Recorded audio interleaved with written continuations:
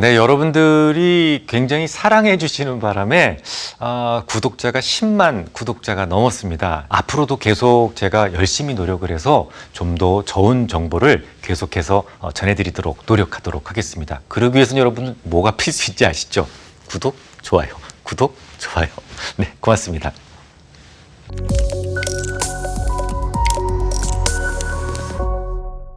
네, 오늘 배우실 내용은 기업 분석 40번째 이야기, 영업권, 굿윌 이용해서 회계 조작을 어떻게 하느냐, 이 부분을 좀 알려드리려고요.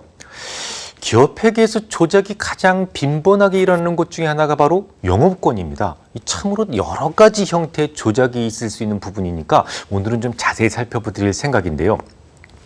어떤 기업이 M&A를 시도할 때는 영업권을 자산으로 잡을 수 있다고 그랬어요. 남하고 거래가 된 거는요. 만약에 영업권을 임의로 왕창 잡아버리면 어떻게 될까요? 무형자산이 많아지게 되고 그 무형자산에 대한 상가격도 커질 수 있죠. 상가격이 커지게 되면 그만큼 비용이 많이 잡히게 돼서 기업들은 상당 기간에 걸쳐서 실제로 내는 이익에 비해 덜 나는 것처럼 보일 수 있어요. 만약 어떤 회사가 국가에 내는 세금을 기피할 목적으로 주기적으로 M&A를 하고 영업권을 과대 계상을 해서 상각으로 떨어낸다면요.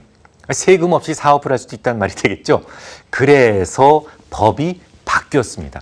영업권에 대해서는 아모티제이션, 상각하지 않는 것을 원칙으로 하고 있죠. 하지만 전혀 비용 처리할 수 없다면 그것도 문제가 될 수가 있겠죠. 그래서 요걸 감액상각이라고 따로 합니다. 영어로는 임페어먼트라고 하는데요. 요렇게 해줄 수 있게 조치를 해놨죠. 감액상각은 주기적으로 떨어내는 방식의 상각이 아니라 그냥 한 방에 떨어내는 방식이죠.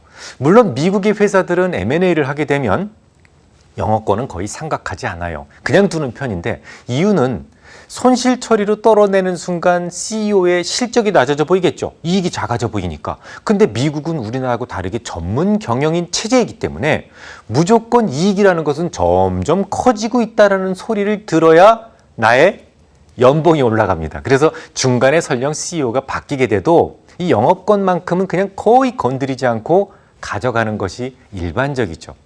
하지만 우리나라는요, 전문 CEO 체제가 아니죠. 재벌 체제죠. 그러다 보니까 남에게 굳이 잘 보이기 위한 실적은 필요가 없어요. 오히려 세금으로 나가는 비용을 줄이기 위해서 상각을 통해서 비용을 떨어내려는 노력을 충분히 할 수 있기 때문에 이 감액만 허용하게 된 거죠. 물론 감액상각만으로도 충분히 회계적으로 장난을 칠 수 있습니다.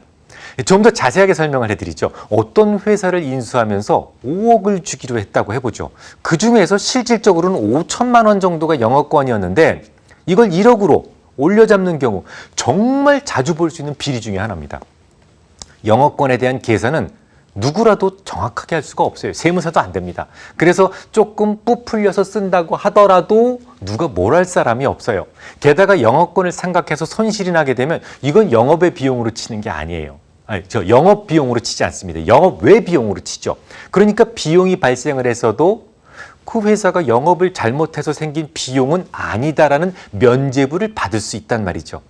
그러니까 영업권을 이만큼 부풀려서 임페어먼트 시키는 것이 설비 투자 자산으로 인수해서 저만저만 감가상각하는 것보다는 영업 관련 이익을 합법적으로 장기간에 걸쳐서 늘릴 수 있다는 얘기죠. 게다가 M&A를 할 때 영업권만 슬쩍 늘려 잡아도 영업상의 이익을 크게 부풀려서 잘 보이게 위장할 수도 있겠죠. 게다가 비용 처리를 통해서 세금마저 낮출 수 있으니까 뭐 일석삼조의 게임이 될 수가 있겠습니다. 자, 그러면 여러분들이 어떤 회사를 지금 딱 펼쳐놓고 분석을 하는데요. 영업권을 발견하셨어요. 어떻게 하셔야 되겠습니까? 어차피 정확한 밸류에이션이 어렵다라고 말씀드렸죠. 그래서 저는 영업권은 그냥 무조건 빼고 계산하라고 권고드리고 있습니다. 마치 전체 회계 비리의 90%가 재고자산에 있으니까 그건 빼고 분석하는 것처럼 말이죠. 코스닥에는 M&A를 자주 하는 회사가 많습니다. 그런 회사들에게서 영업권을 빼고 나면 모든 재무 비율이 심하게 변하는 것은 우리가 흔히 볼 수가 있어요. 자, 실전 예를 한번 들어볼까요? 예를 들어서 개판물산이라고 있는데 자산 상태를 보니까 투자 자산이 20억 원이 있었고 유형 자산이 50억 원이 있었고 영업권이 30억 원이 있었어요. 그리고 이 회사의 순이익이 20억 원이 났기 때문에 장부상의 ROA 20%로 나올 수가 있겠죠. 자, 근데 이때 영업권은 어떤 회사를 인수했다는 흔적이 될 수 있겠죠. 뭔가가 영업권이 있다면 거래한 거니까요. 이런 경우 전문 투자자라면 유형자산 50억 원이 과소평가되고 영업권이 과대평가되어 있을 가능성인지를 우선적으로 살펴봐야 되는데 그걸 정확하게 살펴보는 것이 매우 어렵기 때문에 아예 A급 노련한 애널리스트가 아니라면 그 기업을 밸류에이션 할 때 영업권을 빼고 계산하는 게 맞아요. 그러니까 영업권을 빼고 70분의 20으로 다시 계산을 해서 ROA는 아니다, 28.5%다 라고 바꾸어 놓는 것이 맞다는 말이죠. 자, 그러면 이번에는 장부에 살짝 조작을 원하는 회사의 입장에서 살펴보도록 하겠습니다. 이런 거 사실 가르쳐 드리면 안 되는데요. 자, A라는 기업이 B라는 회사를 인수하려고 해요. 모두 100억 원의 인수가를 잡아 놓았는데 인수할 때 장부는 어느 정도 조작이 가능합니다. 예를 들어서 100억 원 중에서 유형자산이 90억 원이고 영업권을 10억 원 쳐줘서 100억 원에 인수한다고 해보죠. 그런데 누구든 유형자산의 시가를 알 수 없어요. 그래서 매도자하고 잘 입만 맞추면 유형자산을 50억 원에 인수한 것으로 하고 영업권을 50억 원으로 장부에 기재할 수 있겠죠. 물론 실존에서는 무한정 가능한 건 아니에요. 그렇게 가정할 수 있겠죠. 그러면 당연히 50억 원에 대해서는 영업권이기 때문에 상각하지 않아요. 나머지 50억 원에 대해서, 요 50억 원의 설비 투자 자산에 대해서만 상각을 하게 됩니다. 상가격이 훅 줄어들었죠. 비용 처리가 실질적인 비용보다 작아 보이게 됩니다. 그러니까 새로 부임한 CEO가 자신이 부임하고 나서 이익이 커 보이게 하려면 단지 영업권만 가지고도 얼마든지 조작이 가능하단 말이죠. 예를 들어 상각을 10년간 한다고 가정해 보면 90억 원에 대해서 매년 9억 원씩의 상각으로 비용 처리가 되어야만 하지만 50억 원에 대해서는 매년 5억 원씩만 상각하면 되기 때문에 비용이 5억 원 줄어서 4억만큼 장사를 잘한 것으로 꾸밀 수가 있다는 것이죠.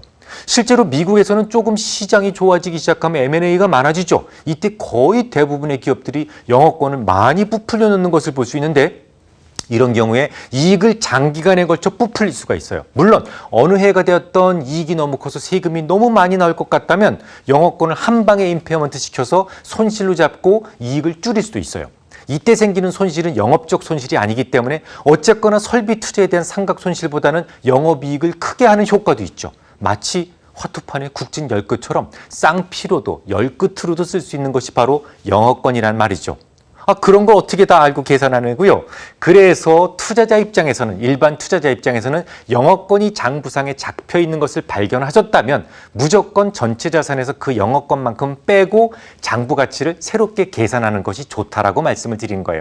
만약 영업권에서 임페어먼트 된 흔적이 있다면요, 그 손실만큼도 실제 손실이 나지 않은 것으로, 즉 이익으로 환원시켜서 계산하는 것이 맞습니다. 다시 말하자면 임페어먼트가 된 흔적이 있다면 그 회사는 이익이 저평가된 것이고 매수의 기회가 될 수 있다는 얘기죠. 하지만 영업권이 장부상에 남아있는 회사라면 자산이 과대하게 계상되었을 가능성이 높기 때문에 늘 주의가 필요합니다. 다음 주에 뵙겠습니다.